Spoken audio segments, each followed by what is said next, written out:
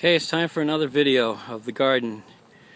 This is dated about, what is it, 20 something or other. No, it's actually around 19, August 19. So we're a little bit past halfway through the month of August. And things have taken a turn for the worse. I should say that this summer has been a drought. For the entire month of July and the entire month of August, we've had next to no rain. And weather consistently up in the 90s, 80s and 90s. So lots of the plants that were in these have died and been pulled out. Others just aren't doing so well, as you'll see by the leaves that are all kind of crumpled up and everything. The Swiss chard seems to be doing wonderful throughout it all. If you look here, you can probably tell those have all been nubbed off. Those used to be leaves on the Trombosino. There was a critter about the size of a mouse crawling underneath the fence. I have to think that was a vole, and that must be the guy that was in here at one time. I have gone all around the fence and tried to shore it up, but that's all I can do. I guess the next thing I could do, if it continued to be a big problem, I got a little mouse trap, and I could see if I could trap him in it. Give him something yummy. Put it right in front of one of his holes. So anyway, that's why a lot of this stuff is not looking so good. These were all the cucumbers and other such things, but and it is trying to grow out there.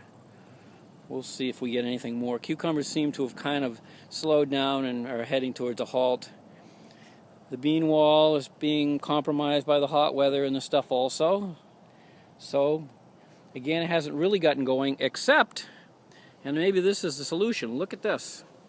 If you look along this whole wall here, not doing too good. And I know my buddy Nicole watches all these, and she says you're burning your plants or you're boiling their roots, and she's probably right. So down here, where the roots are actually in the ground, look at the difference. This part of it is growing quite nicely. So I guess what I'm going to have to do in future years is dump out all these pots and just grow it right out of the ground. And I think I'll probably have a lot more successful bean wall in the future over different weather conditions. So I'm thinking that may be a modification for next year. Alright, anyway, here's the cucumbers, what was left of them, what is left of them. Still a few small ones starting here and there. You may be able to see some.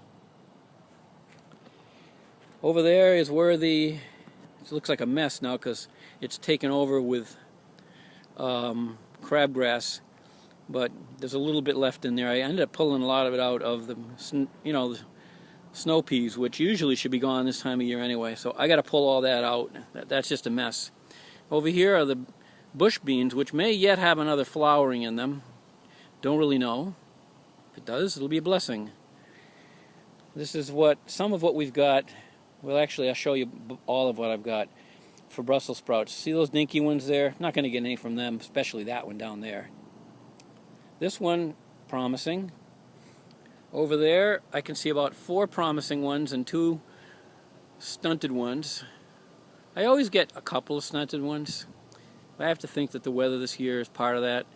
The nice thing is that with that plant, I got a lot of runway. I can very easily manage to... Uh-oh. I shouldn't have done what I did. Hold on.